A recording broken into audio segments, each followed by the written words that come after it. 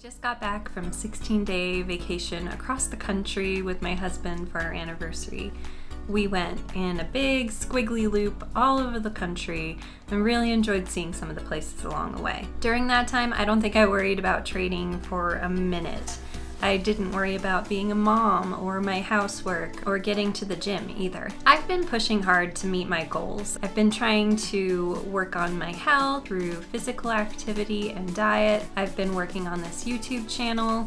I've been spending a lot of time with my 2 teens who have emotional needs right now that are pretty extreme. We have a new member of the family, a little kitten that adopted us. I've been trying to have a more balanced life. I've been working on my own limiting beliefs so that I can do the things that I've been wanting to do for forever. But instead of doing them, I've been putting them off because I thought that I couldn't or shouldn't or wouldn't be able to. As important and validating as all of this work is for me in my life, it was clear that the burnout was real. I tend to hyper-focus on a goal whenever I have one, and I usually hit burnout pretty quickly because I get super motivated and then I really overdo it. I push myself too far or I try to fit too much in. I see this phenomenon in a lot of people around me as well, but I understand wanting to get to your goal because that would mean you're done and you don't have to keep going. When we're tired, overstimulated, in a rut, feeling anxious or depressed, or feeling trapped by the constant mundane things that we have to do each day just for survival, we find ourselves making bigger and bigger mistakes, and ultimately those mistakes funnel back and cause us to get frustrated, which makes us make bigger mistakes. It's a cycle that we often don't realize we need to break until it's too late. This usually leads to a breakdown. I definitely wasn't trading my best before I left, and I just couldn't really put my finger on exactly what it was I needed to do to change, to adapt, and to create the solution that I was looking for. When you hit those walls, the best thing to do is step back. That's why I knew I needed this vacation. So there it was, just in time. I was able to hit the refresh button and I was able to come home with eyes that were more able to see the solutions I needed. I came back more grateful, more enthusiastic, more optimistic about my future and my trading path.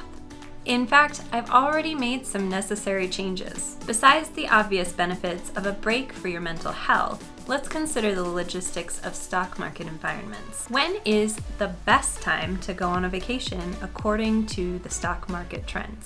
I used to hear my gurus constantly talking about things like the January effect, the Santa Claus rally, or low volume summers, all claiming that during certain months there would be some slacking off or picking up of momentum. So I wanted to know statistically what the best months were for returns in the market. According to an article by Steve Burns on New Trader U, these are the statistics for the S&P 500 performance from 1950 to 2019. November, December, April, and March were the only months with over 1% average return. August and September were negative months by about 0.5%.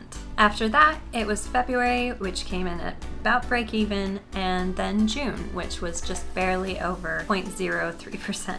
In reality, the differences between these months was negligible. If you have a play or plan in motion that is proven to be successful, you cannot be swayed by the overall market gain. In reality, it doesn't really matter when you go on vacation because none of the months are at a greater advantage than another. So if you really need it, just go. Absolutely don't get into the mindset that you can't take a break because you'll miss out on something. I know I get a little superstitious when I take a break and it seems like I always come back and there was like 20 different things that ran like crazy and I missed out on them. But that really all comes down to confirmation bias and superstition. It's not possible that every time I leave, somehow the market knows that I'm leaving and makes big moves.